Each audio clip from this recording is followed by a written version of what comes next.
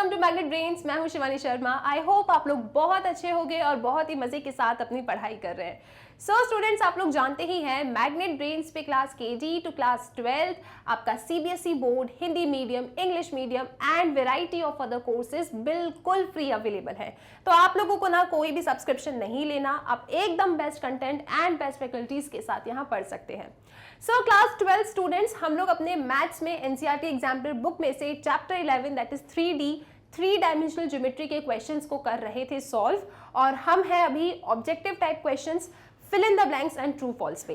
तो आज इस वीडियो में ये तीनों टॉपिक हम फिनिश कर देंगे। ओके, तो स्टार्ट करते हैं पहला क्वेश्चन। सबसे पहले हम देखते हैं choose the correct answer from the given 4 options in each of the exercise 29 to 36। 29 से 36 आपके लिए ऑब्जेक्टिव टाइप क्वेश्चंस है। सबसे पहला क्वेश्चन क्या कह रहा है? Distance of the point alpha beta gamma from y axis. तो आपको ना वाई एक्सिस से इस पॉइंट का डिस्टेंस लेना है। बोल रहे मैम आंसर भी आ गया, तो सुनो देख लेते हैं क्या आंसर आया आपका।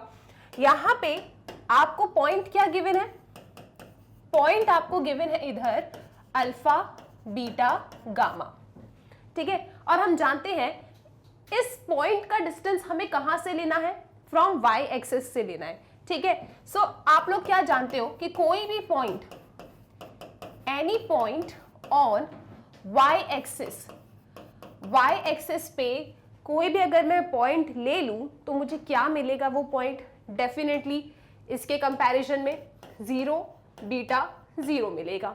वाई एक्सिस पे पॉइंट लेना है। ये तो कोई रैंडम पॉइंट मुझे गिवन था अपने 3D में, फ्रेंड ने मुझे बोला कि इस पॉइंट का डिस्टेंस वाई एक्सिस से लो, तो डेफिनेटली वाई एक्सिस पे क्या पॉइंट होंगे? 0 बीटा 0।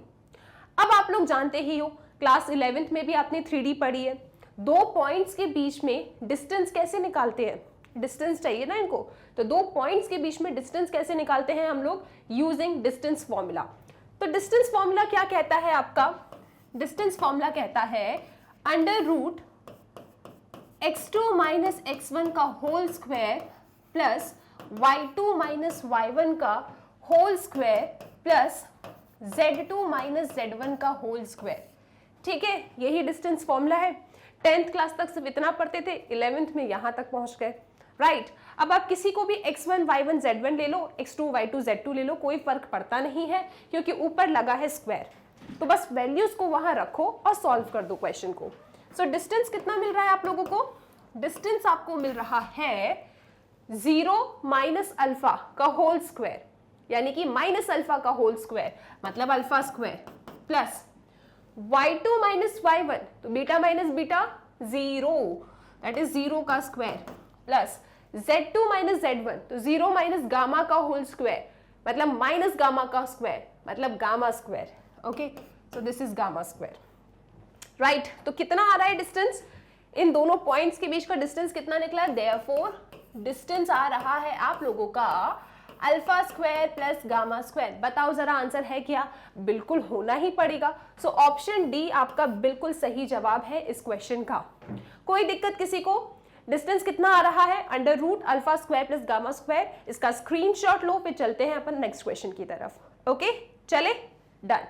नेक्स्ट क्वेश्चन देख लेते हैं, क्वेश्चन नंबर 30। बहुत ही ज्यादा इजी क्वेश्चन है, क्वेश्चन को रीड करो। If the direction cosines of a line are k k के, किसी लाइन के जो डीसी हैं वो क्या दे रखे हैं आपको? के के के। ओके, तो बता दो इसमें से क्या ही ऑप्शन होगा सही। तो सुनो, इनने हमें क्या दिया है? किसी भी लाइन के डीसी दे दिए, ओके। और वो तीनों डीसी कैसे हैं? के एंड के। और हम लोग जानते हैं कि लाइन के जो डीसीज होते हैं उसे रिप्रेजेंट करते हैं एलिमेंट से। तो हमारा एल कौन है? हमारा एल भी के है, एम भी के है और एन भी के है, ठीक। और इसके बाद एक बहुत ही ज्यादा प्यारा सा रिलेशन है डायरेक्शन कोसाइंस के बीच में। आप लोग मैक्सिमम उस रिलेशन का यूज करते हो, और वो रिलेशन क्या है? वो रिलेशन है आप लोगों का L square plus M square plus N square is equal to 1। सही बात है? हाँ, आपका एल भी के है, एम भी के है और एन भी के है। रखो यहाँ पे और 2 सेकंड के अंदर आंसर लेकर आ जाओ, ठीक है। रख देते हैं अपन। दिस इज के स्क्वायर प्लस के स्क्वायर प्लस के स्क्वायर इज इक्वल टू 1। अब तो इजी सा है, 3k square is equal to 1 मतलब k square is equal to 1/3, यानी कि k is equal to plus minus 1/√3। बताओ जरा ऑप्शन है क्या? बिल्कुल है, ऑप्शन नंबर डी। या तो k आप 1/√3 लोगे या फिर -1/√3 लोगे, दैट्स इट। ठीक है, बस इस रिलेशन को याद रखना है, वैल्यूज को सब्स्टिट्यूट करना है और आप अपने आंसर तक पहुंच जाओगे। और ऐसा क्वेश्चन ना प्रीवियस ईयर में पूछा भी गया है। चलिए अब आगे नेक्स्ट क्वेश्चन की तरफ। ओके, सो आई होप इसमें कोई दिक्कत नहीं है। क्वेश्चन नंबर 31 पे आ जाओ आप लोग। The distance of the plane from the origin.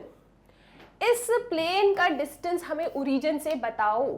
तो कैसे बताओगे? अगर आप लोगों को प्लेन की सारी इक्वेशंस याद है ना, तो इस क्वेश्चन को आप मतलब आपने इसका आंसर बता भी दिया होगा। याद है सारी इक्वेशंस? कुछ 9-10 इक्वेशंस पढ़ी हैं हम लोगों ने। एक ऐसी इक्वेशन थी और वो पहली ही इक्वेशन थी प्लेन की। क्या?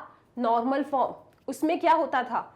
आप लोग normal form of the plane की इक्वेशन क्या है? प्लेन में जो नॉर्मल फॉर्म होता है उसकी इक्वेशन क्या है? बताओ पहले मुझे। वो इक्वेशन होती है आपकी r vector dot n cap is equal to D. ये नॉर्मल फॉर्म है क्या? बिल्कुल है। तो इसमें ऐसा क्या होता है खास?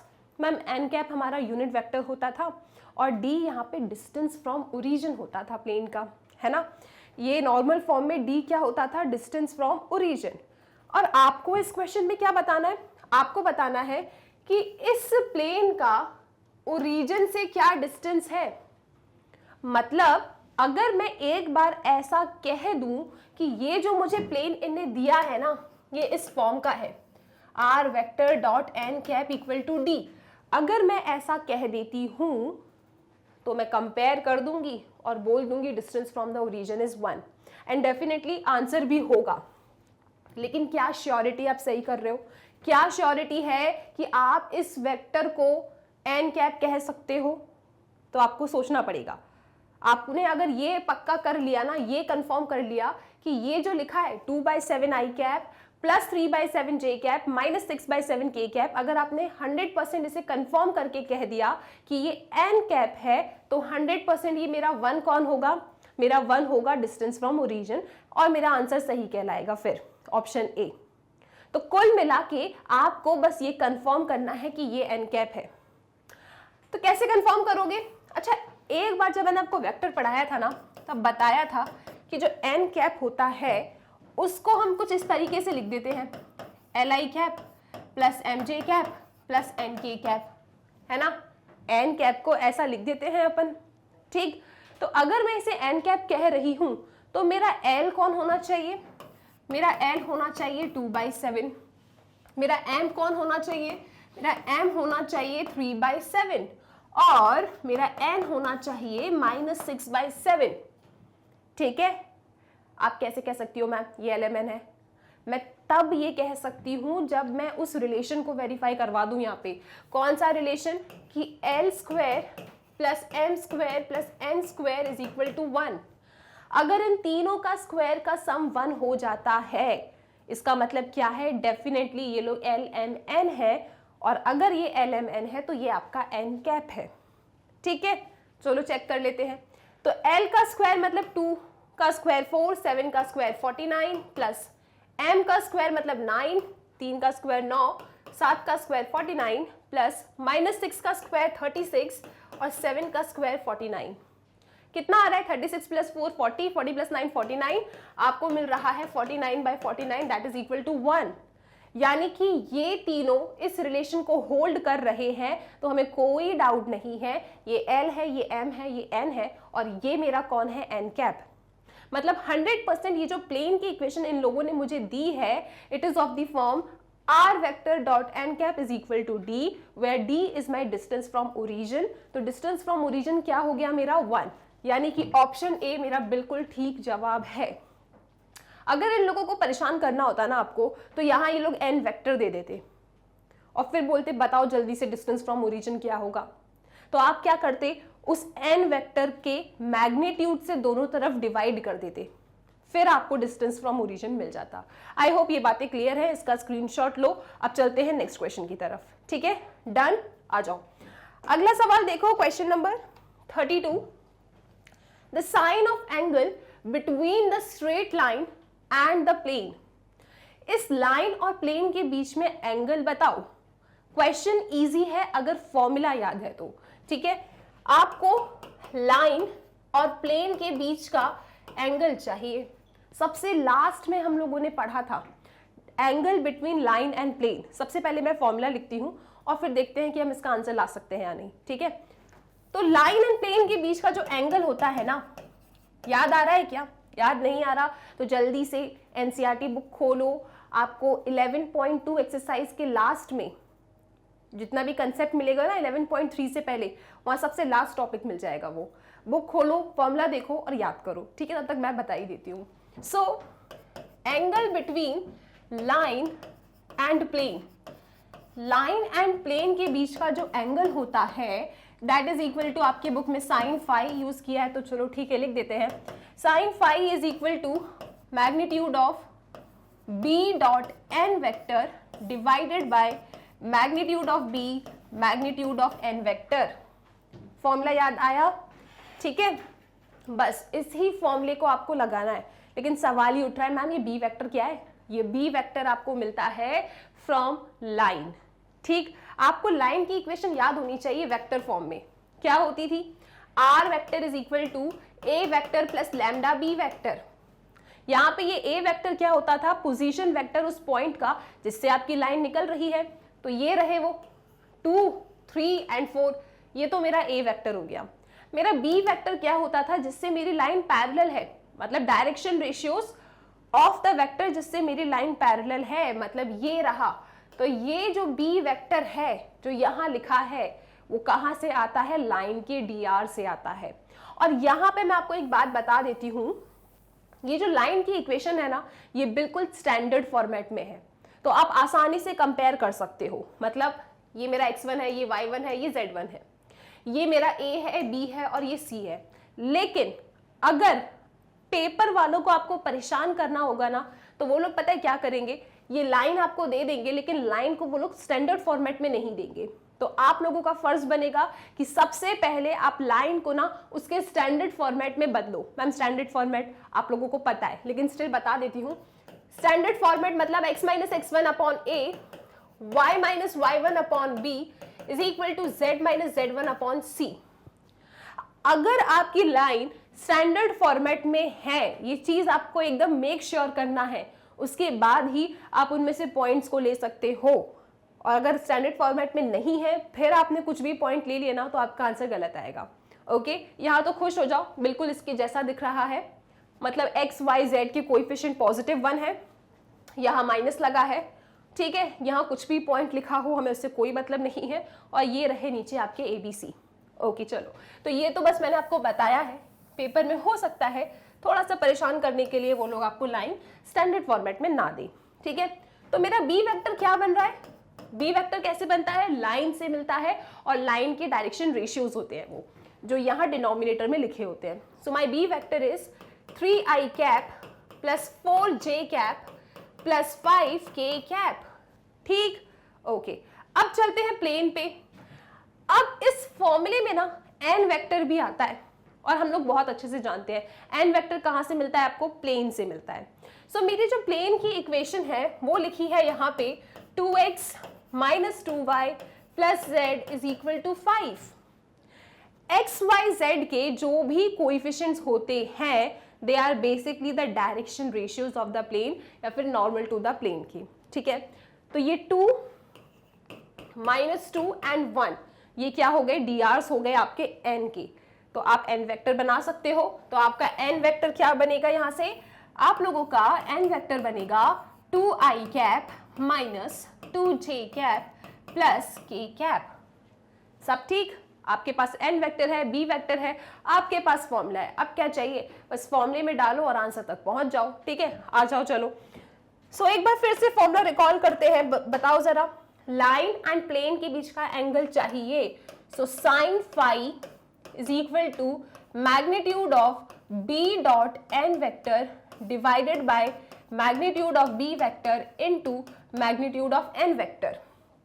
तो मैं लिखूंगी sine phi is equal to b dot n।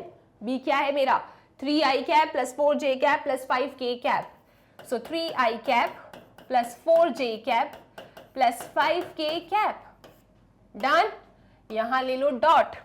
N vector वो सामने लिखा है.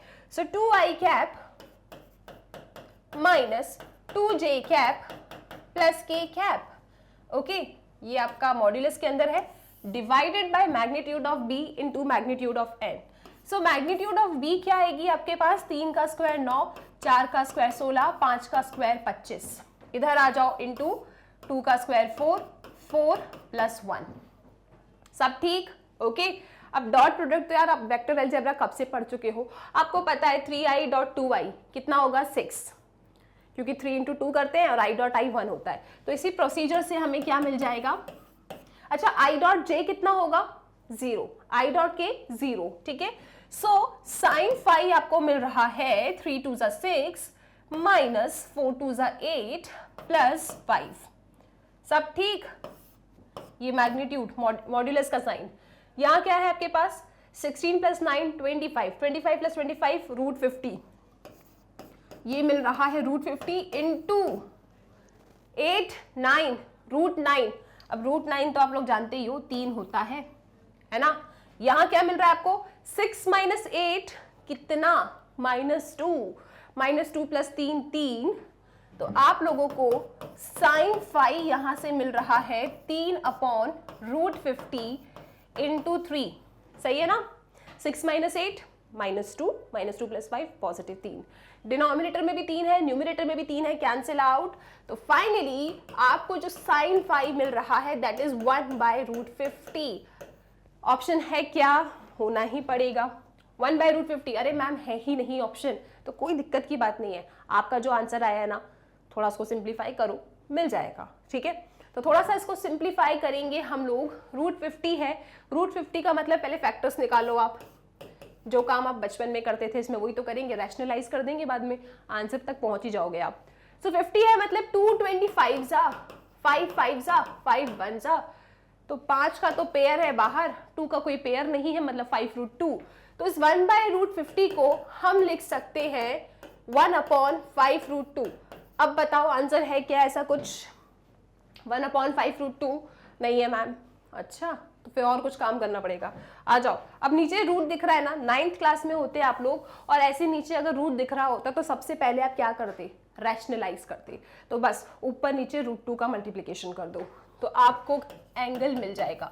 सो sine phi is equal to root 2 ऊपर, अब ऊपर दिया तो नीचे भी देना पड़ेगा, तो यहां आ गया. ठीक है. सो कितना मिल रहा है? Sine phi is equal to root 2 by 10. Root 2 2 हो जाएगा, 2 5 जा 10. अब तो आंसर होना चाहिए root 2 by 10. Root 2 by 10 option number D बिल्कुल सही जवाब. ठीक है. तो बस इस क्वेश्चन में थोड़ी सी कैलकुलेशन थी, जितनी आप फास्ट कैलकुलेशन कर लोगे उतनी जल्दी आपको आंसर मिल जाएगा. क्वेश्चन डिफिकल्ट था क्या? फॉर्मूला बस आपको याद होना चाहिए, दैट्स इट. ठीक है. और कंपैरिजन पता होना चाहिए. 3D में छोटी छोटी बातें अगर याद रखोगे ना तो कभी क्वेश्चन गलत नहीं होगा. ओके. तो इसका स्क्रीनशॉट ले लो. ऑप्शन डी आपका बिल्कुल सही है, रूट 2 बाई 10. अब चलते हैं नेक्स्ट सवाल पे. Okay, done. चलो इसको हटा देते हैं अपन. Question number 33. एक अच्छा क्वेश्चन है ये.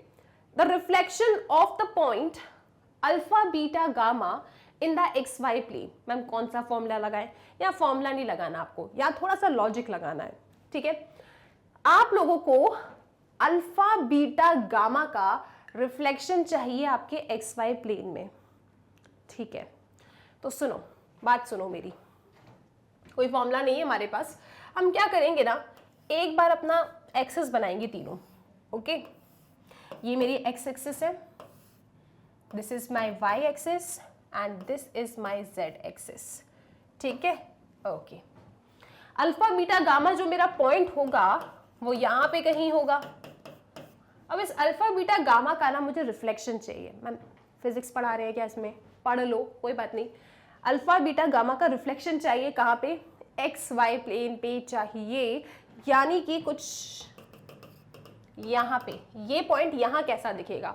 तो इसको ना 3D पे समझाने से पहले एक बार मैं आपको 2D पे समझाती हूँ. जब आप 2D पे समझ जाओगे ना आप इस क्वेश्चन को कर लोगे. ठीक है. सुनो क्या करेंगे हम. 2D का क्वेश्चन बनाते हैं। इनने हमें क्वेश्चन दिया है 3D का, लेकिन हम हैं स्मार्ट, हम इस क्वेश्चन को बनाएंगे 2D में और फिर कंपेयर करके आंसर इन्हें बता देंगे कि अगर यही क्वेश्चन हम लोगों से लोग 2D में पूछते तो हम इसका आंसर 2 सेकंड में दे देते। ठीक है, ओके जी।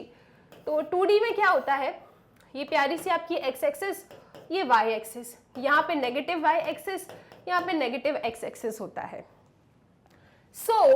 अब मैं अल्फा बीटा की जगह ना कोई पॉइंट लेती हूँ, क्योंकि पॉइंट में हमें ज्यादा अच्छे से समझ में आएगा। सपोज मैंने कोई पॉइंट लिया 1,2, ओके। इन लोगों ने हमसे रिफ्लेक्शन कहाँ पूछा है, एक्स वाई प्लेन पे, राइट। मैं 2D में इस क्वेश्चन को कन्वर्ट कर रही हूं और मैं आपसे रिफ्लेक्शन पूछ रही हूं एक्स एक्सिस के अलोंग। ये जो पॉइंट है ना, मैंने मान लो यहां मिरर रख दिया, ठीक है। इस पॉइंट का रिफ्लेक्शन मुझे एक्स एक्सिस के अलोंग चाहिए, तो क्या होगा, ये नीचे आएगा पॉइंट, राइट। तो ये 1 तो 1 ही रहेगा, क्योंकि यहां तो आपका x पॉजिटिव होता है, लेकिन ये जो y का कोऑर्डिनेट है ना, ये नीचे क्या हो जाएगा, -2। सही बात है, मैं x एक्सिस के अलोंग रिफ्लेक्शन ले रही हूं। अगर यहां ये 1, 2 है, तो अगर यहां मिरर लगाया मैंने तो ये नीचे ही तो आएगा, तो नीचे क्या हो जाएगा 1, -2, क्योंकि नीचे नेगेटिव y एक्सिस होती है, राइट। और x एक्सिस तो पॉजिटिव ही है, तो पॉइंट कैसे दिखेंगे मेरे 1, -2। बात कुछ क्लियर हुई। अब थोड़ा सा चलते हैं अपन 3D की तरफ। 3D में क्या हुआ था, पॉइंट था आपका अल्फा बीटा गामा, और आप लोगों को रिफ्लेक्शन लेना था एक्स वाई प्लेन पे, है ना, एक्स वाई प्लेन पे। नोटिस करो, जब आपने 2D में एक्स एक्सिस पे रिफ्लेक्शन लिया तो एक्स वाले को कोई फर्क पड़ा क्या, नहीं। फर्क किसको पड़ा, वाई वाले पॉइंट को। वाई वाला पॉइंट आपका नेगेटिव हो गया, ठीक है। क्या कह रही हूं मैं, जब 2D में मैंने मिरर अपना एक्स एक्सिस पे रखा तो 1, 2 का रिफ्लेक्शन मुझे क्या मिला, 1, -2। अब एक जवाब और दो मुझे, अगर मान लो मैं यहां जो रिफ्लेक्शन है ना, इस बार y एक्सिस के अलोंग करवा रही हूं, सपोज, ठीक है, यहां रख दिया मैंने मिरर, ठीक। तो मेरा ये पॉइंट यहां आएगा, राइट। अब मेरा ये पॉइंट अगर यहां आएगा तो इसके कोऑर्डिनेट्स क्या होंगे, अगर ये सोच लिया ना आपने, तो ये क्वेश्चन 2 सेकंड में आपको आंसर दे देगा, ठीक है। मैंने मिरर कहाँ रखा, y एक्सिस पे रख दिया, तो इसका रिफ्लेक्शन मुझे कहाँ मिलेगा, इस साइड मिलेगा, ठीक है। तो बताओ मुझे फिर, ये जो पॉइंट है मेरा यहाँ पे जब दिखेगा तो कैसा दिखेगा, मैम y वाला तो पॉजिटिव रहेगा, क्योंकि अभी भी हम ऊपर हैं और ऊपर y पॉजिटिव होता है, लेकिन हम लोग कहाँ आ गए, लेफ्ट साइड आ गए इधर, और यहाँ पे मेरा x कैसा होता है, नेगेटिव होता है। तो इसका जब मैं यहाँ रिफ्लेक्शन देखूंगी इस वाले प्लेन पे, तो मुझे क्या मिलेगा, मुझे मिल जाएगा इस क्वाड्रेंट में इसका रिफ्लेक्शन -1, 2, ठीक है। ये कुछ समझ रहे हो, अगर x एक्सिस पे चाहिए रिफ्लेक्शन तो y को फर्क पड़ रहा है, y नेगेटिव हो रहा है। y एक्सिस पे अगर रिफ्लेक्शन चाहिए मुझे तो किसको फर्क पड़ेगा, x को फर्क पड़ेगा, ठीक है। मतलब अगर x पे चाहिए तो x को फर्क नहीं पड़ रहा, y को पड़ रहा है। अब 3D पे आ जाओ, इस पॉइंट का रिफ्लेक्शन xy प्लेन पे चाहिए, किस पे चाहिए, xy प्लेन पे, तो फर्क किसको पड़ेगा, z वाले को। इसके जो एक्स वाई वाले कोऑर्डिनेट होंगे इन्हें कोई फर्क नहीं पड़ेगा, ये एज इट इज रहने वाले हैं अल्फा बीटा, और आपका गामा हो जाएगा नेगेटिव, क्योंकि जब एक्स एक्सिस पे रिफ्लेक्शन लिया था तो फर्क किसको पड़ा था, वाई वाले को, वाई नेगेटिव बना था। तो अगर एक्स वाई पे रिफ्लेक्शन ले रहे हैं तो फर्क किसको पड़ेगा, जेड वाले को, ठीक है। तो जिस पे रिफ्लेक्शन ले रहे हैं ना उसको फर्क नहीं पड़ेगा, जो बचा है बस उसको फर्क पड़ेगा, मतलब साइन बदल जाएगा। तो this will be alpha beta, alpha comma beta comma minus gamma, यानी कि ऑप्शन डी सही जवाब है। आई रियली विश कि ये क्वेश्चन आपको समझ में आ गया होगा, ठीक है। तो चलते हैं नेक्स्ट क्वेश्चन पे, इसका स्क्रीनशॉट लो, थोड़ा सा समझने की कोशिश करना और अच्छे से क्लैरिटी मिल जाएगी। ओके चलो अगला क्वेश्चन देखते हैं अपन, question number 34। The area of the quadrilateral ABCD, कौन सा क्वाड्रिलेटरल है बताया ही नहीं इन्हें, बस बोल दिया है कि इस ABCD क्वाड्रिलेटरल का एरिया बता दो। अब कितने सारे होते हैं क्वाड्रिलेटरल्स तो, है ना। देखते हैं अपन ही कुछ सोचेंगे फिर। वेयर A आपके पास है 0 4 1, B है आपके पास 2 3 -1, C ये है और D ये है। तो बताओ इसका एरिया क्या होगा। इनने तो बस हमें क्वाड्रिलेटरल दे दिया है और सोच रहे हैं कि हमें एरिया बता दें। चलो ठीक है, खुद ही कुछ सोचना पड़ेगा। अब क्वाड्रिलेटरल क्या होता है वैसे? 4 साइड वाला फिगर। ठीक है, तो बना देते हैं यहाँ पे। This is A, B, C, D। A के पॉइंट्स क्या हैं? 0 4 1। B के कोऑर्डिनेट्स 2 3 -1। C के कोऑर्डिनेट्स क्या हैं?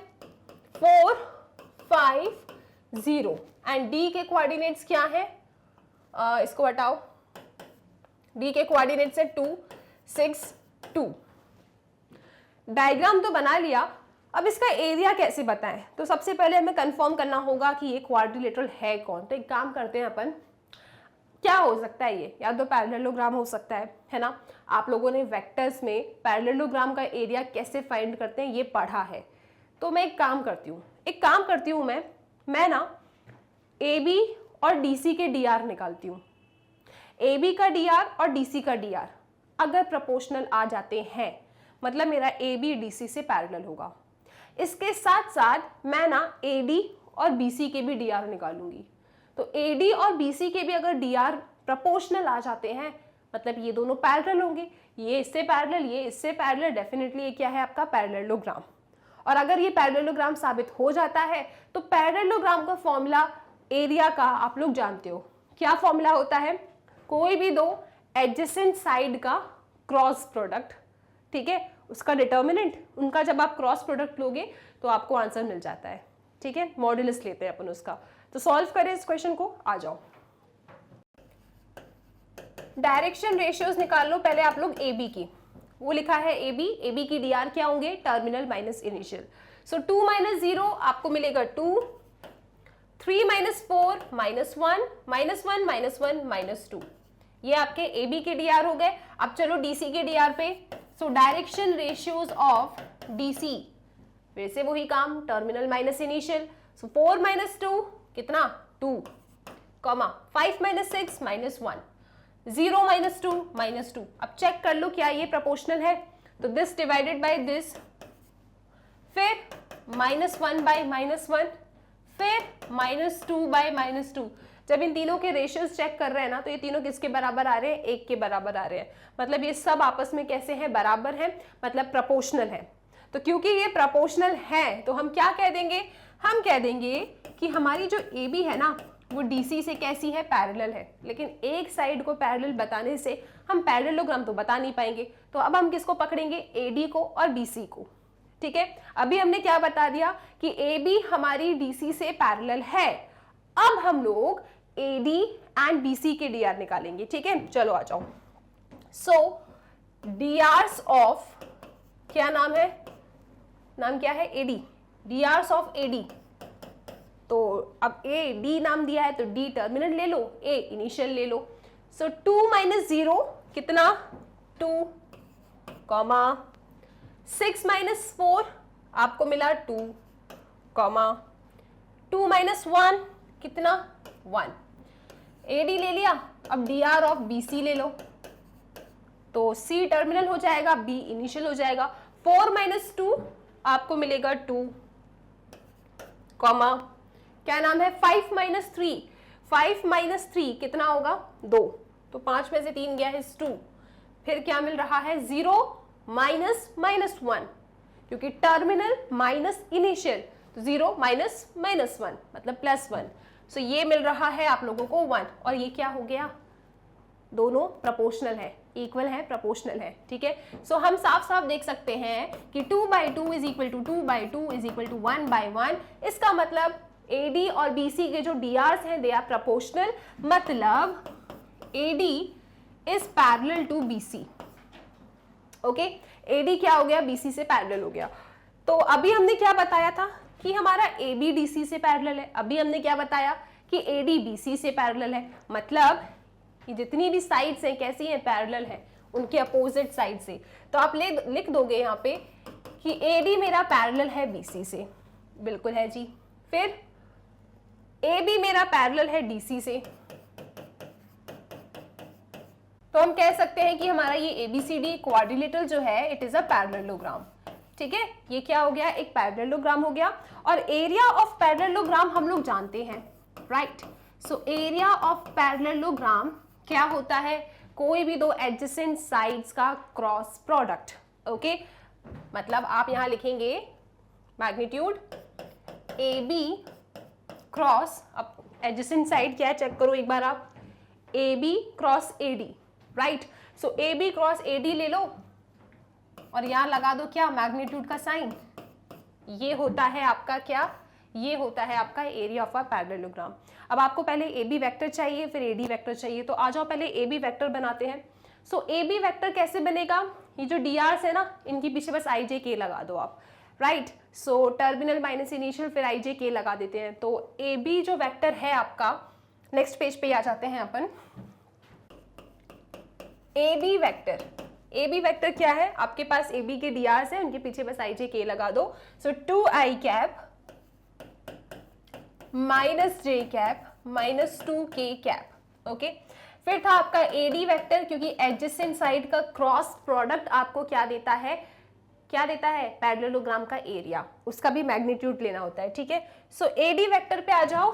AD वेक्टर कहाँ गया आपका, AD वेक्टर कितना है चेक करो, 2 2 1। सो 2 2 1 आपका AD के DRs थे, तो this will be 2i cap plus 2j cap plus k cap. ठीक है, अब पैरेललोग्राम का एरिया क्या होता है, एरिया ऑफ अ पैरेललोग्राम ये होता है आपका AB क्रॉस AD का क्रॉस और फिर उसका ले लेना मैग्नीट्यूड। तो ठीक है, आ जाओ फिर सबसे पहले अपन लोग AB vector cross AD vector निकाल लेते हैं।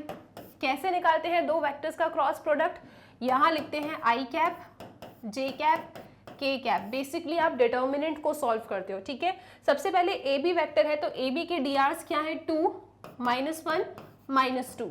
ठीक, फिर है आपका AD, तो AD के DRs हैं 2 2 1।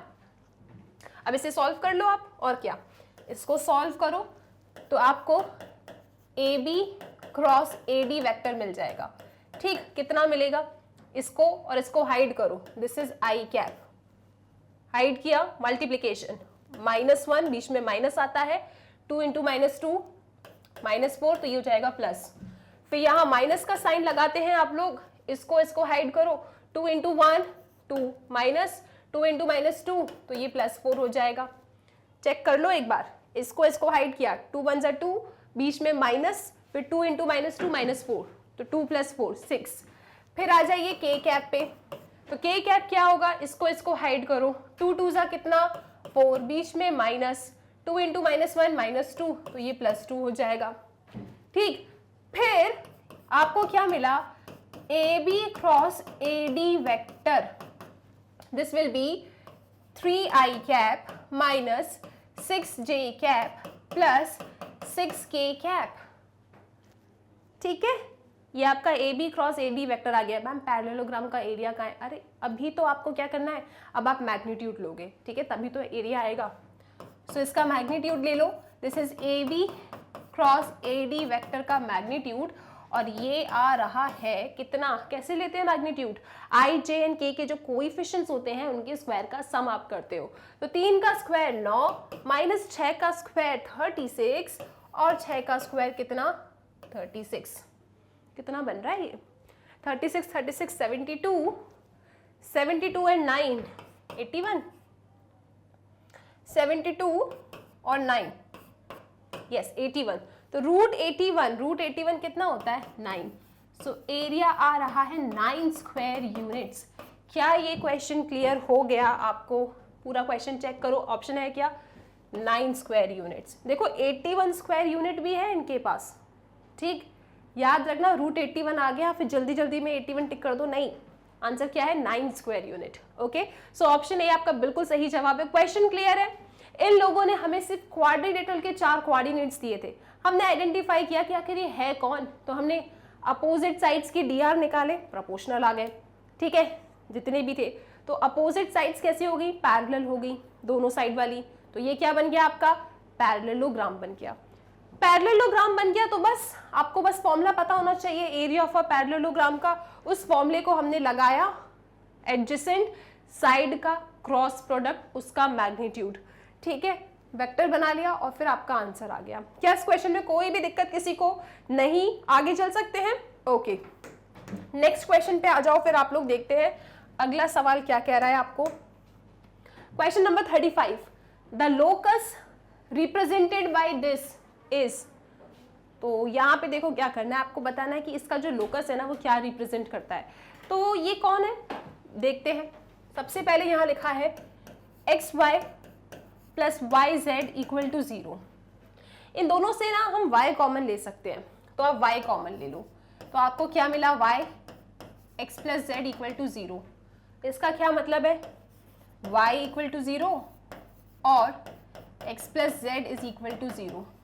ये दोनों कौन है, दोनों प्लेन है ना। y इक्वल टू 0 भी एक प्लेन है, x plus Z equal to 0 भी एक प्लेन है। तो इसका आंसर क्या आएगा, a pair of perpendicular planes. तो ऑप्शन डी आपका सही जवाब है इस क्वेश्चन का। तो इसका लोकस क्या रिप्रेजेंट करता है, pair of perpendicular planes. Done. चलो नेक्स्ट क्वेश्चन देखते हैं, क्वेश्चन नंबर 36।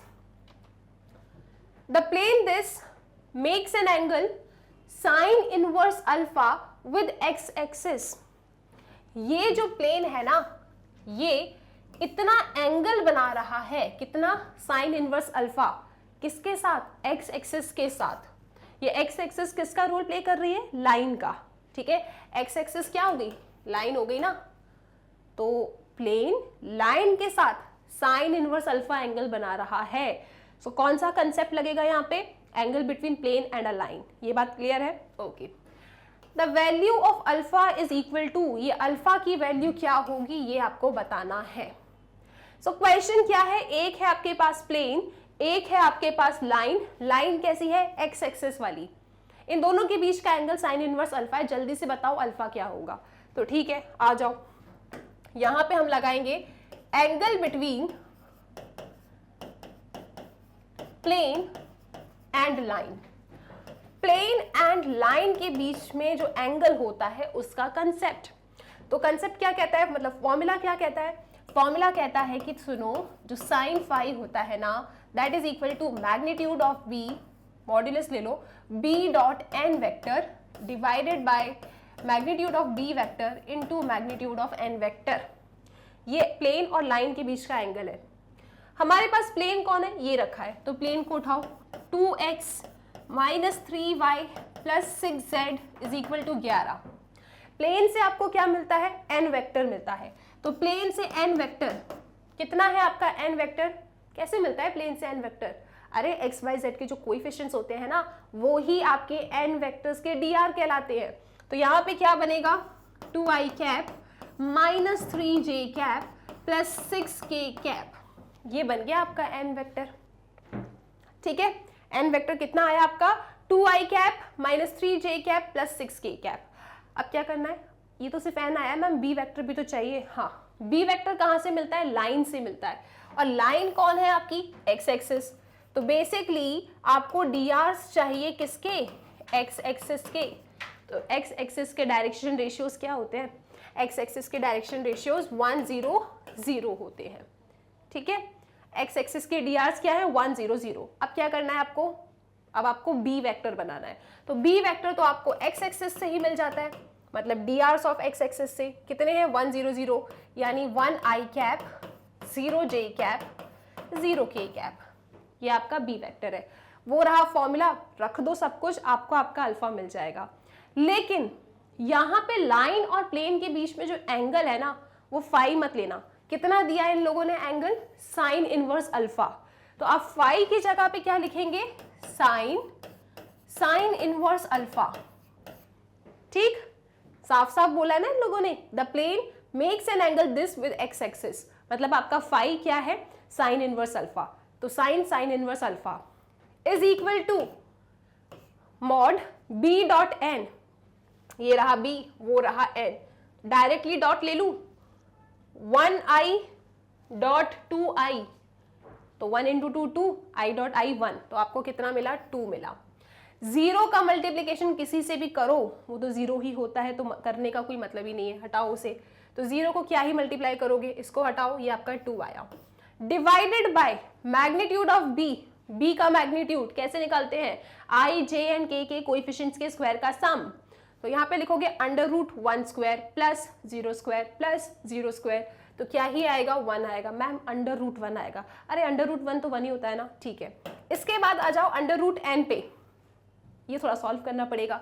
सो 2 का स्क्वायर 4, 3 का -3 का स्क्वायर 9, 6 का स्क्वायर 36, तो कितना आ रहा है ये, sign inverse alpha, inverse trigonometry पढ़कर आए हो आप लोग, साइन इनवर्स अल्फा क्या होगा, अल्फा हो जाएगा, ठीक है। यहाँ पे क्या मिल रहा है आपको, 2/7 मिल रहा है क्या, 36 plus 4 40, 40 plus 9 49, under root 49 is 7, तो 2/7 आपकी अल्फा की वैल्यू है। इसका मतलब आंसर है क्या, बिल्कुल है, ऑप्शन सी आपका एकदम ठीक जवाब है। कोई दिक्कत इस क्वेश्चन में, आसानी से समझ गए, ठीक है। सो इसका स्क्रीनशॉट लो, फॉर्मूलेज याद रखो और एकदम याद होने चाहिए आपको कि एक्स एक्सिस की डीआर कैसे निकालते हैं। अब आप एक काम करना, वाई एक्सिस और जेड एक्सिस के डीआर मुझे कमेंट सेक्शन में बताना, ठीक है। चलो चलते हैं नेक्स्ट क्वेश्चन की तरफ। क्वेश्चन नंबर 37 से स्टार्ट होते हैं आपके फिल इन द ब्लैंक्स और 41 तक कंटिन्यू रहेंगे। देखते हैं पहला क्वेश्चन क्या है। So a plane passes through the point this this and this, the equation of the plane is, plane की इक्वेशन बताओ और प्लेन आपका यहाँ से पास हो रहा है। तो बेसिकली ये कौन सा फॉर्म होगा, यहाँ पे देखो आपका प्लेन ना, this is your Y axis, ये रही आपकी एक्स एक्सिस वाई और ये रही जेड एक्सिस। तो जो प्लेन है ना उसने एक्स एक्सिस को कट किया है, जेड एक्सिस को कट किया है एंड वाई एक्सिस को कट किया है।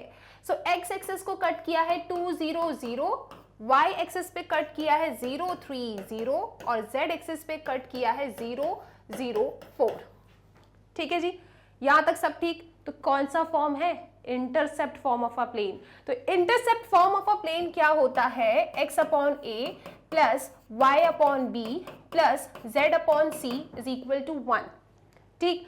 ये एबीसी क्या होते हैं, ये एबीसी वो पॉइंट होते हैं जहां पे आपके प्लेन ने एक्स एक्सिस, वाई एक्सिस और जेड एक्सिस को कट किया है। सो एक्स एक्सिस पे कट किया है 2 पे, वाई एक्सिस पे 3 एंड जेड एक्सिस पे 4 पे। तो लिख देते हैं यहाँ पे एबीसी आपके पास है, तो आप लिखेंगे x/2 प्लस y/b, b कितना है 3 प्लस z/c और c कितना है आपके पास 4 इज इक्वल टू 1। ओके, तो बन गया, बस अब क्या करना है आपको, क्वेश्चन खत्म, ठीक, क्वेश्चन खत्म। आपका a क्या था 2, b था 3 और c था 4, बस फॉर्मूले में रखा, आंसर आ गया, दैट्स इट। कोई परेशानी किसी को नहीं, तो आ जाओ नेक्स्ट क्वेश्चन देखते हैं अपन, question number 38। So question number 38 आपको क्या कह रहा है, the direction cosines of this vector, इस वेक्टर के डीसी बता दो। वेक्टर के डीसी बताना है, कैसे बताते हो, डीआर क्या होते हैं किसी भी वेक्टर के, जो भी वेक्टर दिया है ना उसमें जो भी आपके आई जे एंड के कोएफिशिएंट्स होते हैं they are DR, no doubt. DC बताने के लिए हम क्या करते हैं, उसे यूनिट वेक्टर में कन्वर्ट करते हैं।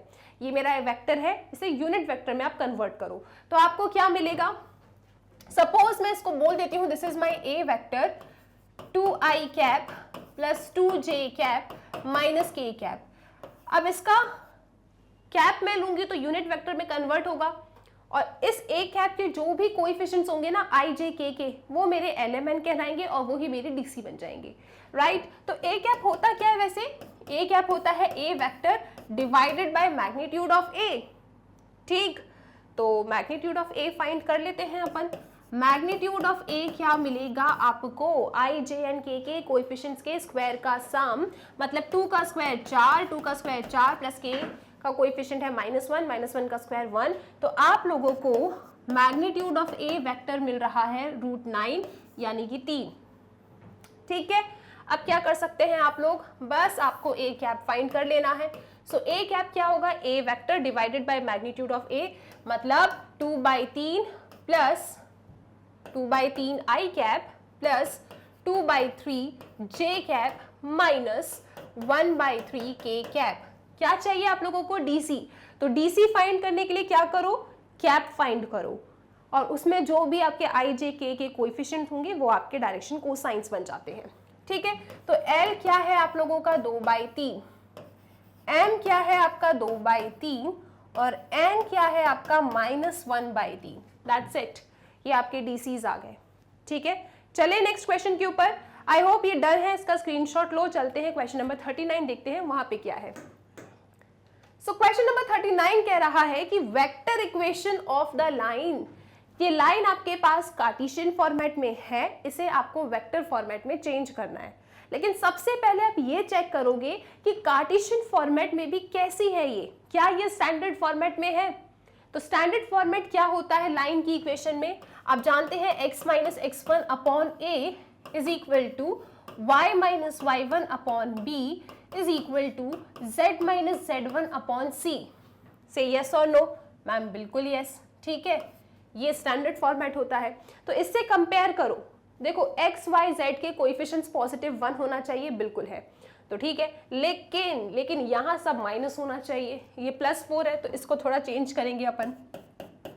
लाइन है आपकी x minus 5/3 is equal to y minus -4/7 is equal to z minus 6/2। ठीक है, तो दिस इज x1, ये रहा आपका y1। यहाँ नेगेटिव साइन भी होना चाहिए था, तो हमने माइनस माइनस में लिख दिया। तो मेरा x1 कौन है, मेरा x1 है 5, y1 है मेरा -4 एंड z1 कितना है 6। ओके, ABC कौन है, ABC, A है आपका 3, B है 7 और C है 2। राइट, सब कुछ आ गया। अब आप मुझे ये बताओ कि इस स्टैंडर्ड फॉर्मेट का वेक्टर फॉर्म क्या होता था।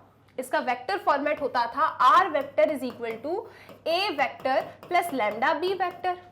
और ये a वेक्टर क्या होता है, रिकॉल करो, a वेक्टर पोजीशन वेक्टर होता है उस पॉइंट का जिससे आपकी लाइन पास कर रही है। तो वो पॉइंट यहाँ पे कौन है, 5 - 4 6। तो आप यहाँ लिखेंगे r vector is equal to 5i cap -4j cap plus 6k cap plus lambda B vector direction ratios वाले, तो वो कौन है, 3 7 2। तो आप लिखेंगे 3i cap plus 7j cap plus 2k cap. चाहो तो यहीं रुक जाओ, थोड़ा और सिंप्लीफाई करने का अगर मन करे तो वो भी कर सकते हो। वैसे यहाँ भी रुकोगे तो आंसर आपका एकदम ठीक है। ठीक, सो ये रहे आपके a vector 5i cap -4j cap plus 6k cap plus lambda, ये रहा आपका b vector 3i cap plus 7j cap plus 2k cap. कहानी खत्म। ठीक है, डन। चले नेक्स्ट क्वेश्चन के ऊपर। सो इसका स्क्रीनशॉट लो, क्वेश्चन नंबर 40 की तरफ चलते हैं अपन। ओके, आ जाओ। क्वेश्चन नंबर 40 क्या कह रहा है आपसे, the vector equation of the line through the point this and this. तो इक्वेशन चाहिए, वो भी वेक्टर इक्वेशन। और हम लोग लाइन में ना 2 टाइप की इक्वेशन पढ़कर आए हैं। पहला, एक उस लाइन की इक्वेशन जो किसी एक पॉइंट से पास कर रही है और पैरेलल है किसी वेक्टर से। दूसरा, आपकी लाइन पास कर रही है 2 पॉइंट से। तो यहाँ पे जो इन्हें इक्वेशन चाहिए वो 2 पॉइंट से पास होने वाली लाइन की चाहिए, वो भी वेक्टर इक्वेशन। याद है क्या आप लोगों को, याद है क्या था फॉर्मूला? फॉर्मूला था आपका r vector is equal to a vector plus lambda b vector minus a vector. ठीक है, सो a वेक्टर क्या है, पहले वाले को ले लो, b माइनस a मतलब क्या, इसका ऐसे सब्ट्रैक्शन करके ij k लगा देना। ठीक है, so r vector is equal to a vector बनाओ 3i cap plus 4j cap minus 7k cap plus lambda b minus a 1 minus 3 minus 2i cap -1 minus 4 minus 5j cap 6 minus 7, तो 6 + 7 यानी कि 13। आप लिखेंगे यहाँ पे 13k कैप। दैट्स इट, ये रहा क्वेश्चन नंबर 40 का आंसर। आप कहोगे मैम इतने इजी आ रहे हैं, अरे आपने बहुत टफ क्वेश्चन ऑलरेडी पढ़ लिए। ठीक है, सो इसका स्क्रीनशॉट लो, चलते हैं नेक्स्ट क्वेश्चन की तरफ। क्वेश्चन नंबर 41, डन, आ जाओ। क्वेश्चन नंबर 41 आपसे क्या कह रहा है, बहुत ही ज्यादा आसान सवाल है। आपसे पूछा है जल्दी से बता दो इस प्लेन की कार्टेशियन इक्वेशन क्या है। बहुत आसान काम है, कार्टेशियन इक्वेशन बताना है। कार्टेशियन इक्वेशन का मतलब क्या होता है कि आंसर ना x y z में दिखे, तो बिल्कुल दिख जाएगा। r वेक्टर को हम क्या लिख सकते हैं बताओ जरा। आर वेक्टर को हम लोग लिख सकते हैं x I cap plus Y J cap plus Z K cap, ठीक है। ये कौन है आपका आर वेक्टर, रख दो वहां पे, और डॉट प्रोडक्ट लेना तो हम जानते ही हैं। सो आपका आर वेक्टर क्या है, X I cap plus Y J cap plus Z K cap, इसका डॉट लेना है आप लोगों को I cap plus J cap minus K cap is equal to 2।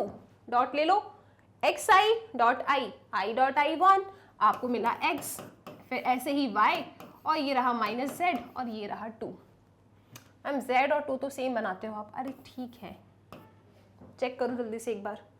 X I dot I X, Y J dot J Y, plus Z minus minus Z is equal to 2, और ये रहा आपके इस क्वेश्चन का जवाब। आई होप कोई भी doubt किसी को नहीं है, अगर नहीं है तो चलो फिर नेक्स्ट क्वेश्चन की तरफ, ठीक है, आ जाओ। क्वेश्चन नंबर 42 से स्टार्ट हो रहे हैं ट्रू फॉल्स टाइप के क्वेश्चन।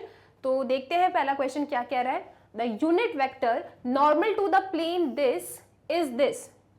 तो आपको बताना है जो यूनिट वेक्टर है ना इस प्लेन पे, वो है, जो नॉर्मल मिलेगा आपको उसका यूनिट वेक्टर वो है। तो ठीक है, हम सॉल्व करेंगे।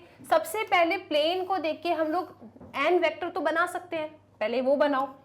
तो एन वेक्टर क्या है, यहां से एक्स वाई जेड के कोएफिशिएंट्स, यानी कि I cap plus 2 J cap plus 3 K cap, ठीक है। This is my N vector. मुझे क्या चाहिए, मुझे तो यूनिट वेक्टर चाहिए। यूनिट वेक्टर चाहिए मतलब मुझे एन कैप चाहिए। तो एन कैप कैसे मिलेगा, N vector divided by magnitude of N vector.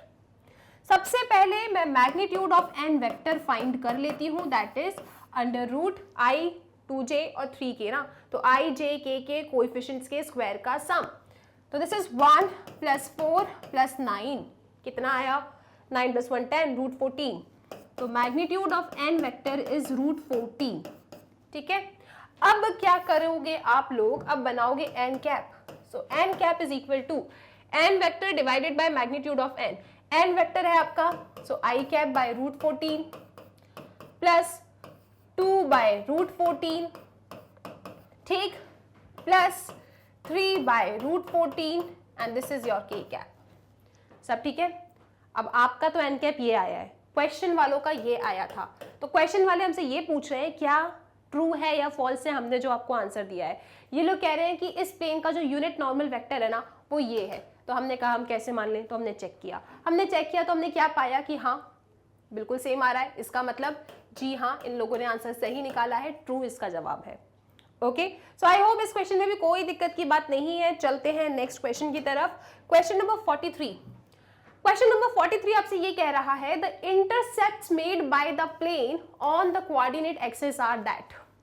ये प्लेन जो इंटरसेप्ट बनाएगा ना एक्स वाई जेड एक्सिस पे, वो ये है, सही है या गलत आप बताओ। तो हम फाइंड करेंगे, फिर अगर आंसर सेम आ गया तो कह देंगे ट्रू। ओके, तो प्लेन उठा लो आप, ये रहा plane 2x minus 3y plus 5z is equal to -4। तो इन लोगों ने क्या बोला है कि इस प्लेन का इंटरसेप्ट ये है। तो इंटरसेप्ट फॉर्म होता क्या है प्लेन का, उसकी इक्वेशन क्या होती है, उसकी इक्वेशन होती है x by A plus Y by B plus Z by C is equal to 1। ये आपकी इंटरसेप्ट फॉर्म होती है, राइट।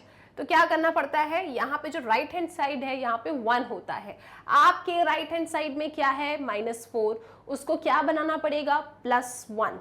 तो क्या करो, पूरी इक्वेशन को -4 से डिवाइड कर दो, तो आपको क्या मिलेगा, आपको मिलेगा 2 bye -4x minus 3 bye -4y, ठीक है, plus 5 by -4z is equal to 1। तो कितना आ रहा है, ये आ रहा है आपके पास x अपॉन -2, 2 1 ज़ा 2 2 ज़ा 4 हो गया, माइनस माइनस प्लस हो गया, तो y अपॉन 4/3, क्योंकि देखो y का कोएफिशिएंट आगे क्या होता है, सिंगल रहता है, ठीक है, नीचे रहता है जो कुछ भी रहता है। तो ये 3 यहाँ से हटना चाहिए, तो मैं नीचे लेकर आ गई। ओके, प्लस यहाँ प्लस होना चाहिए, तो z अपॉन -4/5। तो ये इसके इंटरसेप्ट्स आ रहे हैं, this is equal to 1। Intercept form आपसे सिर्फ ये कहता है कि देखो यहाँ ना +1 होना चाहिए और यहाँ बीच में प्लस आना चाहिए। ये ऐसा अकेला x, y और z दिखना चाहिए, जो कुछ भी कांस्टेंट है ना वो नीचे आ सकते हैं। तो ठीक है, हमने बिल्कुल वैसा बनाने की कोशिश की। अब हम चेक करते हैं कि हमारे इंटरसेप्ट्स क्या आए। तो हमारे इंटरसेप्ट्स आ रहे हैं -2, 4/3 एंड -4/5। आपके क्या आ रहे हैं? -2, 4/3 एंड -4/5। बिल्कुल सही है, दोनों के आंसर सेम है, मतलब इस क्वेश्चन का आंसर क्या है? ट्रू है। कोई दिक्कत किसी को इस सवाल में? सब ठीक? चलो इसका स्क्रीनशॉट ले लो। याद रखो इंटरसेप्ट फॉर्म में कैसे कन्वर्ट करते हैं। आपको अगर इक्वेशन याद रहेगी तो बस उसके जैसा ही आपको बनाना है। Okay, next question, question number 44 पे आ जाओ आप लोग। क्वेश्चन नंबर 44 आपसे कह रहा है कि angle between the line and the plane is that.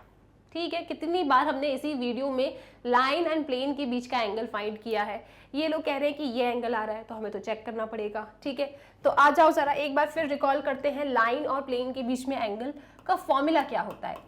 Formula होता है sin phi is equal to modulus b dot n vector divided by magnitude of b vector into magnitude of n vector. b vector कहां से मिलता है आपको? b vector मिलता है line से। लाइन कहाँ है? ये लिखी है सामने। तो this is my a vector plus lambda, ये रहा मेरा b वेक्टर। ओके, तो b वेक्टर को उठाओ, उसी से मतलब है आपको। b वेक्टर आ रहा है 2i cap minus j cap plus k cap. n vector, n vector क्या होता है? प्लेन से मिलता है। ये रहा आपका प्लेन। यहाँ पे प्लेन क्या कह रहा है आपसे कि r vector dot 3i minus 4j minus k cap plus 5 equal to 0। ठीक है, ये आपका प्लेन है।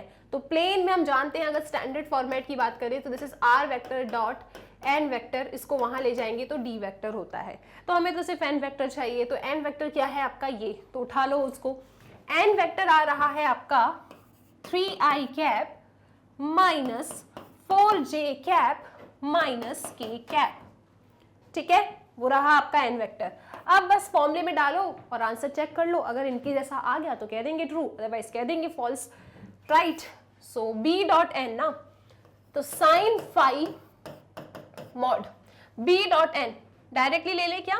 2 3 6 minus minus plus 1 into 4 4, 1 into minus 1, सब ठीक। अब क्या? Divided by magnitude of b। अब मैग्नीट्यूड ऑफ b क्या होगा? i j k के कोएफिशिएंट्स के स्क्वायर का सम। तो 2 का स्क्वायर 4, माइनस 1 का स्क्वायर प्लस 1, 1 का स्क्वायर 1 इंटू n वेक्टर पे आ जाओ। यहाँ क्या होगा? i j k के कोएफिशिएंट्स के स्क्वायर का सम, यानी कि 3 का स्क्वायर 9, 4 का स्क्वायर 16, मैम -4 का स्क्वायर, चलो ठीक है पॉजिटिव 16 तो आएगा, फिर -1 का स्क्वायर प्लस 1, तो कितना आ रहा है? ये आ रहा है आपके पास sine phi is equal to 6 + 4 10, 10 - 1 9, so 9। इनके पास 9 था क्या? नहीं था। आगे देखते हैं, 4 5 6, दिस इज √6। ये कितना आ रहा है? 9 + 1 10, 10 + 16 26। तो ऐसा तो मुझे लग नहीं रहा कि आंसर आ रहा है ना? अब कुछ भी कर लो, ये तो नहीं आएगा, ये तो नहीं आएगा, तो बिल्कुल भी नहीं आएगा। तो phi is equal to sine inverse this, और अगर हम सिंप्लीफाई करने की कोशिश भी करें ना, तब भी हम उसको वो नहीं बना पाएंगे। तो हम कहेंगे देख लो आपका आंसर गलत है, फॉल्स है, एंगल कुछ इस प्रकार आएगा। ठीक, तो बस फॉर्मूले में वैल्यूज डालना है, चेक करना है, आंसर तक पहुंच जाओगे। इस क्वेश्चन का आंसर फॉल्स है, सिंप्लीफाई भी करोगे तो भी नहीं मिलेगा वो। अब चलते हैं नेक्स्ट क्वेश्चन को देखते हैं, इसका स्क्रीनशॉट ले लो। चले आ जाओ, क्वेश्चन नंबर 45 को रीड करो। The angle between the planes this and this is cos inverse -5 upon √58। तो दो प्लेन्स के बीच का जो एंगल है आपको बताना है, वो ये आ रहा है। सबसे पहले आपको फॉर्मूला याद होना चाहिए कि दो प्लेन्स के बीच में जो एंगल फाइंड करते हैं उसका फॉर्मूला क्या होता है, रिकॉल कराओ जरा मुझे। फॉर्मूला होता है उसका cos theta is equal to n1 dot n2, okay, divided by magnitude of n1 into magnitude of n2। ठीक है, तो ये आपको cos थीटा मिल जाता है, मतलब दो प्लेन्स के बीच का एंगल। तो सबसे पहले आपको n1 पता करना है और n2 पता करना है, तो कुछ पता करने की बात है ही नहीं। दिस इज r वेक्टर, ये मेरा n1 वेक्टर हो जाएगा, ये d हो जाता है। ये दूसरा प्लेन है, ये r वेक्टर है, ये मेरा n2 वेक्टर हो जाएगा और ये मेरा d वेक्टर हो जाएगा। ठीक है, अब एक काम करो आप लोग, यहाँ पे रख दो वैल्यूज को। तो cos theta is equal to n1 dot n2, तो n1 क्या है मेरा 2i cap minus 3j cap plus k cap dot n2 vector, n2 vector क्या है i cap minus j cap, ठीक, okay, divided by magnitude of n1। तो magnitude of n1 क्या होगा आपका, मैग्नीट्यूड ऑफ n1 होगा अंडर रूट 2 का square 4 minus 3 का स्क्वायर 9 और 1 का स्क्वायर मतलब 1 इनटू n2 में मैग्नीट्यूड ले लो तो 1 स्क्वायर प्लस 1 स्क्वायर, i का कोएफिशिएंट कौन है 1, j का कोएफिशिएंट कौन है -1, स्क्वायर लोगे तो +1 मिलेगा। तो आपको यहाँ से cos थीटा कितना मिल रहा है, cos थीटा मिल रहा है कितना 2i डॉट i, ये मिला 2 minus 3j dot minus j, तो आपको मिला 3, बाकी तो कुछ करना ही नहीं अपन को, डिवाइडेड बाय 9 + 1 √14, अरे भाई 9 + 1 10, 10 + 4 14 √14, 1 + 1 कितना √2 आ गया। सब ठीक है, तो कितना मिल रहा है आप लोगों को, आपको मिल रहा है कि cos theta is equal to 5/√28, मतलब theta is equal to cos inverse 5/√28, this is the answer. और इनका क्या आ रहा है -5/√58, मतलब इनका तो गलत है, दिस इज फॉल्स, आंसर ये आना चाहिए। क्या ये क्वेश्चन क्लियर है? अगर ये क्वेश्चन क्लियर है तो चलते हैं नेक्स्ट क्वेश्चन की तरफ। चले, स्क्रीनशॉट ले लो फिर आ जाओ। ओके, अब हम आ जाते हैं क्वेश्चन नंबर 46 पे। The line lies in the plane, हाँ या ना, क्या ये लाइन इस प्लेन पे लाई करती है, ये आपको बताना है। तो ठीक है, फाइंड करते हैं। देखो, अगर इस लाइन को इस प्लेन पे लाई करना है तो इसका तो यही मतलब है ना कि इस लाइन के जो पॉइंट होंगे वो उस प्लेन को सेटिस्फाई करेंगे। ओके, अच्छा एक बात बताओ, ये जो लाइन है मेरी, ये इस फॉर्मेट की है ना, r vector is equal to a vector plus lambda b vector. Okay, यहाँ पे आ जाओ, ये क्या है आपका r vector dot n vector is equal to d, ये आपका प्लेन हो गया। एक काम करो, दोनों से ना ये पैरेलल वाले वेक्टर ले लो, मतलब इसका b वेक्टर ले लो और इसका n वेक्टर ले लो, दोनों से हमें क्या मिलते हैं dr मिल जाते हैं, तो इसलिए dr वालों को मैं ले रही हूं। तो मेरा जो b वेक्टर है वो क्या है i cap minus j cap plus 2k cap. Okay, मेरा n वेक्टर क्या है, प्लेन से मिल जाता है मुझे 3i cap plus j cap, okay 3i cap plus j cap minus k cap, ये मेरा n वेक्टर है। ये इसके dr, ये इसके dr, इन दोनों का dr का ना हम प्रोडक्ट देखते हैं। ये बात तो समझ में आ रही है कि प्रोपोर्शनल तो नहीं है ये, ठीक है। ये लाइन के dr हैं, बात सुनते चलना ध्यान से, ये लाइन के dr है, लिख ही देते हैं अपन। आ जाओ, इसको हटाओ, सीधे आ जाओ आप लोग, यहाँ पे लिखो drs ऑफ लाइन। लाइन के dr क्या है, ये b वेक्टर के कोएफिशिएंट्स कौन कौन 1 -1 2। इसके बाद आप आ जाओ drs ऑफ प्लेन, प्लेन के डायरेक्शन रेशियोज क्या है, प्लेन के ये dr क्या मिलेंगे, n वेक्टर के जो dr होते हैं क्या क्या है, वो 3 1 -1 3 1 -1। क्या ये प्रोपोर्शनल है? नहीं, प्रोपोर्शनल तो नहीं है।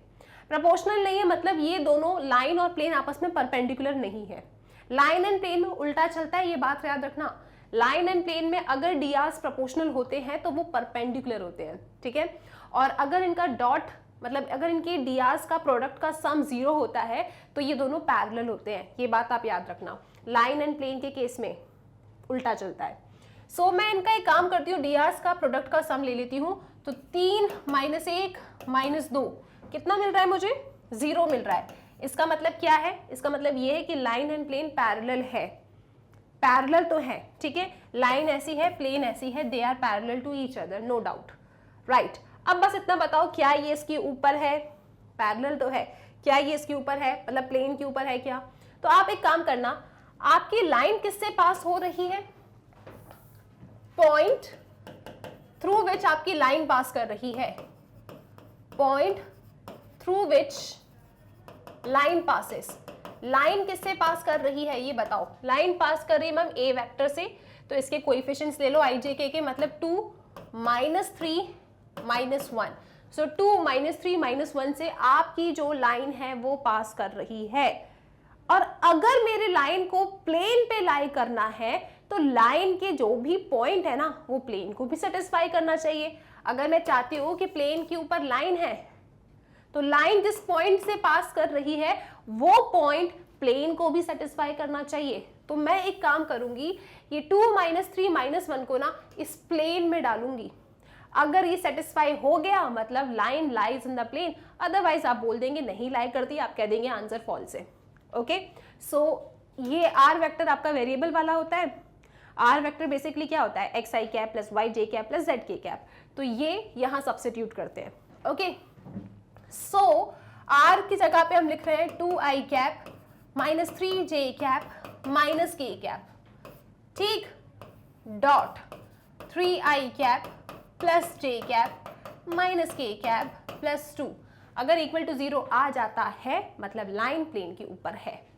डॉट ले लो जल्दी से, 2 3 6 -3 प्लस 1 और ये रहा प्लस 2, तो 6 में से 3 गया 3, 3 + 1 4, 4 + 2 6। भाई ये तो कभी जिंदगी में 0 नहीं हो रहा। और राइट हैंड साइड में क्या लाना है? 0, मतलब सेटिस्फाई नहीं कर रहा। सेटिस्फाई नहीं कर रहा इसका मतलब क्या है? आपकी लाइन प्लेन पे लाइन नहीं करती, पैरेलल होगी, लाइन नहीं कर रही लेकिन प्लेन के ऊपर। क्या ये बातें क्लियर है? तो इस क्वेश्चन का आंसर क्या है? फॉल्स। ठीक है, चले नेक्स्ट क्वेश्चन की तरफ। Question number 47। सो क्वेश्चन नंबर 47 आपसे क्या कह रहा है? तो vector equation of the line is this. इस लाइन की वेक्टर इक्वेशन ये है, तो बता देते हैं। सबसे पहले तो देखो, जब भी आपको लाइन दे देते हैं ये लोग, आप चेक किया करो स्टैंडर्ड फॉर्मेट में है या नहीं। तो स्टैंडर्ड फॉर्मेट क्या कहता है? बोलो मेरे साथ, x - x1 divided by a, y - y1 divided by b, z - z1 divided by c। Ma'am बस यहाँ प्रॉब्लम है, तो ठीक है, ठीक कर दो उसको। कैसे बनेगी? x - 5/3 is equal to y - 4/7 is equal to z - 6/2। Okay, इसका कार्टेशियन फॉर्म ये है। वेक्टर फॉर्म बताओ, वेक्टर फॉर्म क्या होता है इसका? इसका वेक्टर फॉर्म होता है r vector is equal to a vector plus lambda b vector, है ना? तो कितना आ रहा है? a क्या होता है? a vector. a vector position vector होता है उस पॉइंट का जहां से आपकी लाइन पास कर रही है। तो लाइन पास किससे कर रही है? 5 - 4 एंड 6 से। तो आप लिखेंगे इधर कितना? 5i cap -4j cap plus 6k cap plus lambda b vector. b vector क्या है? 3i cap plus 7j cap plus 2k cap. Check करो क्या इनका भी यही आंसर आया है? हाँ, इस बार तो ये लोग सच कह रहे हैं।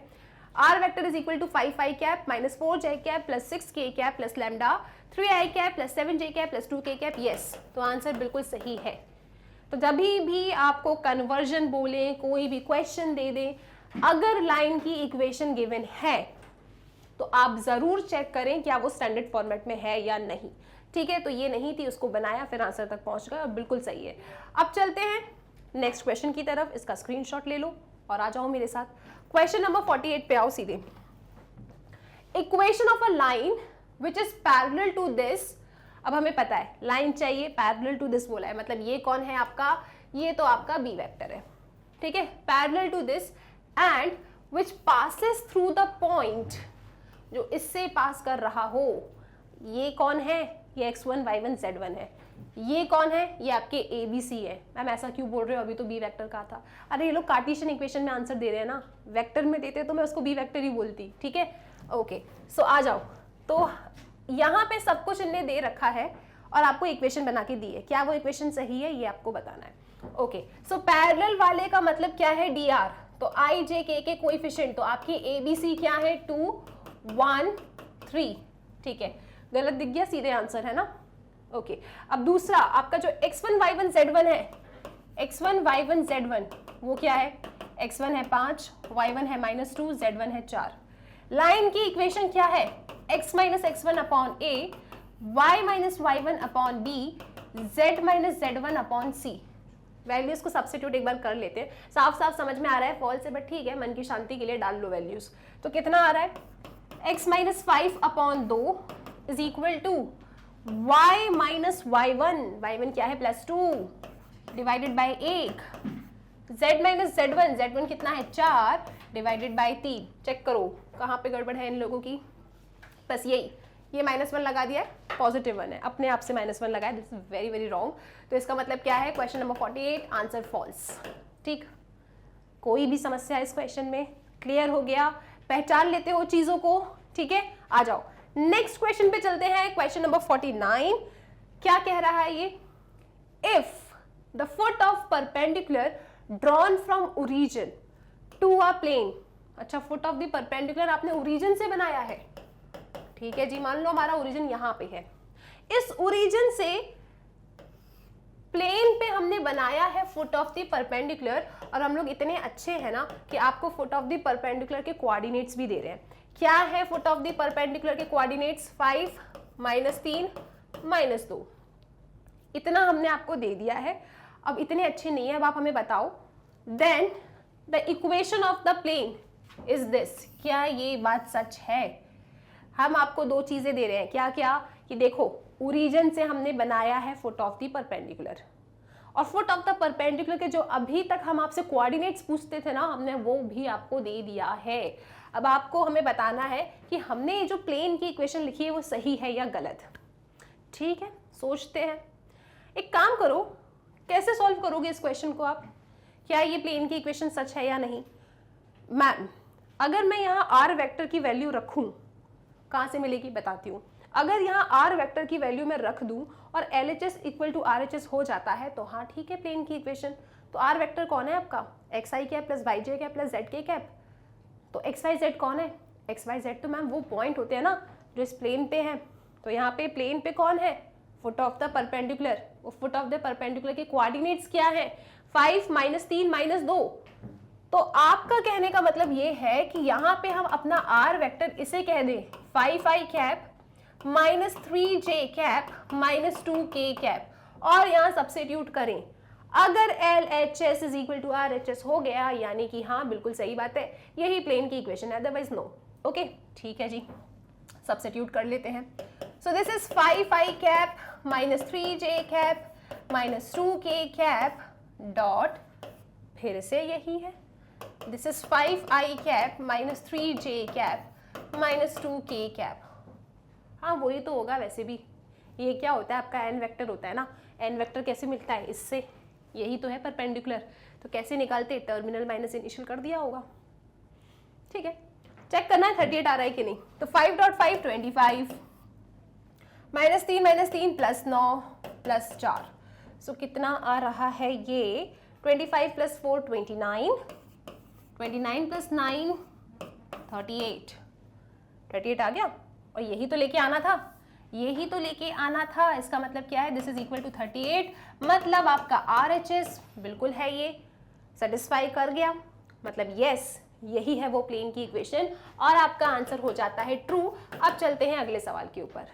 ठीक है, ये इस प्लेन पे लाई कर रहा था, इनने हमसे पूछा कि हमने जो आपको ये प्लेन की इक्वेशन दी है वो सही है या गलत। तो ये बताने के लिए हमने क्या किया? देखो प्लेन पे लाई कर रहा था, ये पॉइंट हमने डाल दिया वहां पे आर वेक्टर की जगह पे, सेटिस्फाई कर गया, मतलब ठीक है, सही है आपकी प्लेन की इक्वेशन, आंसर ट्रू। अब चलो नेक्स्ट सवाल पे। ओके, सो इसके साथ ही हम लोगों ने objective type questions, true false, filler सब कुछ कर लिया है पूरी तरीके से फिनिश, और साथ साथ में आपका 3D चैप्टर एग्जाम्पलर से भी हो जाता है खत्म। तो एक एक क्वेश्चन बहुत इंपॉर्टेंट है, आपने खुद ही देखा, प्रैक्टिस करो बहुत सारी, और नेक्स्ट वीडियो का वेट करना, हम अपना न्यू चैप्टर नेक्स्ट वीडियो से स्टार्ट करेंगे। टिल देन स्टूडेंट्स, आप लोग जानते हैं मैग्नेट ब्रेन्स की ना वेबसाइट है, जिसे आप गूगल पे जाके magnetbrains.com डाल के सर्च करोगे ना, तब आपके सामने एक इस टाइप का पेज ओपन हो जाएगा। आप लोग यहाँ एक्सप्लोर टॉप कोर्सेज वाले सेक्शन में जाना, यहाँ पे आप देखेंगे जितनी भी क्लासेस हैं, जो भी सब्जेक्ट्स है ना, सब आपको इधर अरेंज मिल जाएगा। तो अगर आप NCERT एग्जाम्पलर 6 to 12 पढ़ना चाहते हैं, यहाँ पे कर देना क्लिक, तो आपके 6 to 12 में जितनी भी एनसीईआरटी एग्जाम्पलर है, जितने भी सब्जेक्ट्स हैं ना, वो आपको यहाँ मिल जाएंगे। तो अगर आप 12th क्लास में एनसीईआरटी एग्जाम्पलर मैथ्स की पढ़ना चाहते हैं तो बस यहाँ पे जाके आपको ना वॉच नाउ पे क्लिक करना है। वॉच नाउ पे क्लिक करोगे तब आपके सामने ये पेज ओपन हो जाएगा। यहाँ पे हम अपने एनसीईआरटी एग्जाम्पलर बुक से जितने भी चैप्टर्स फिनिश कर चुके हैं आपको सीक्वेंस में अरेंज्ड मिल जाएगा। ओके, तो आप जिस भी चैप्टर को पढ़ना चाहते हो बस उसकी लिंक पे कर देना क्लिक, और मैं बिल्कुल रेडी हूँ आपको पढ़ाने के लिए। ओके, सो स्टूडेंट्स सब्सक्राइब कीजिए मैग्नेट ब्रेन्स को, एक 100% फ्री एजुकेशन प्लेटफॉर्म है। वीडियो लेक्चर्स अगर आपको पसंद आते हैं तो लाइक जरूर कीजिए और अपने दोस्तों के साथ आपको शेयर भी करना है। So till then keep practising and take care.